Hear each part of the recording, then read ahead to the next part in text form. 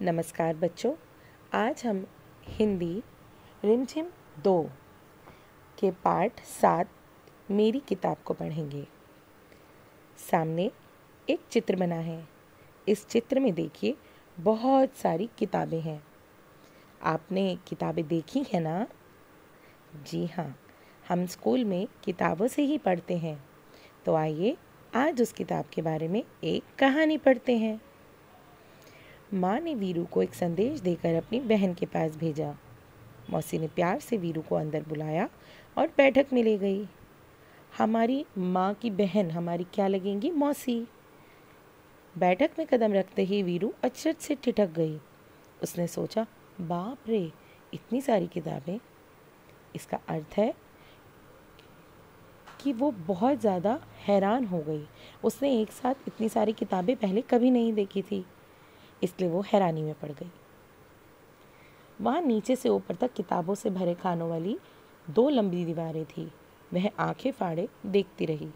अंत में उसने साहस करके पूछा, क्या आपके पास बच्चों के लिए भी किताबें हैं? मौसी ने कहा, हाँ, यह देखो, यह वाला खाना और यह वाला। वीरू ने हैरानी से कहा, इतनी ढेर सारी किताबें, मेरे पास तो इतनी किताबें नहीं हैं। मौसी ने कहा, यदि तुम चाहो तो मैं पढ़ने के लिए तुम्हें कुछ किताबें दे सकती हूँ। तुम्हें किस तरह की किताबें सबसे अधिक पसंद हैं? वीरू ने धीरे से कहा, मुझे मालूम नहीं। बच्चों, जब हम बहुत अधिक किताबें नहीं पढ़ते तो हमें ये बात नहीं पता होती कि किस तरह की किताबें हमें ज़्यादा पसंद आएंगी। बहुत तरह की कहानियों की किताबें होती हैं। कुछ कार्टून की होती हैं, कुछ चुटकुलों की होती हैं, कुछ जीवनियों की होती हैं और भी बहुत सारी किताबें जानकारियों से भरी हुई होती हैं। आगे देखते हैं। मौसी ने एक किताब निकालकर वीरू को पकड़ाई और कहा, तुम यह किताब पढ़कर देखो। वीरू घबराकर पीछे हटी और बोली, बाप रे, ये तो बहुत मोटी है। मौसी ने सुझाव दिया, अच्छा, तो फिर शायद यह वाली ठीक रहेगी। वीरू बोली, यह तो बहुत बड़ी है, मेरे बस्ते में नहीं आएगी।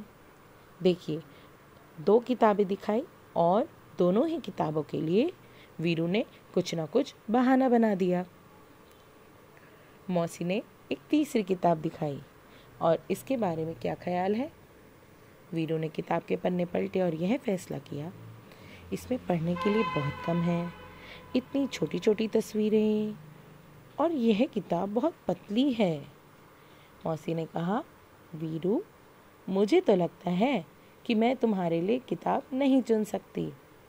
ऐसा करना, अगली बार जब तुम आओ तो अपने साथ एक फुट्टा लेती आना। बेटा, फुट्टा स्केल को बोलते हैं। वीरू ने पूछा, फुट्टा क्यों? मौसी ने हंसकर कहा, तुम्हें जितनी मोटी किताब चाहिए तुम नाप कर ले जाना, ठीक है ना? वीरू ने माँ के भेजे हुए कागज को मेज पर रखा और भाग खड़ी हुई।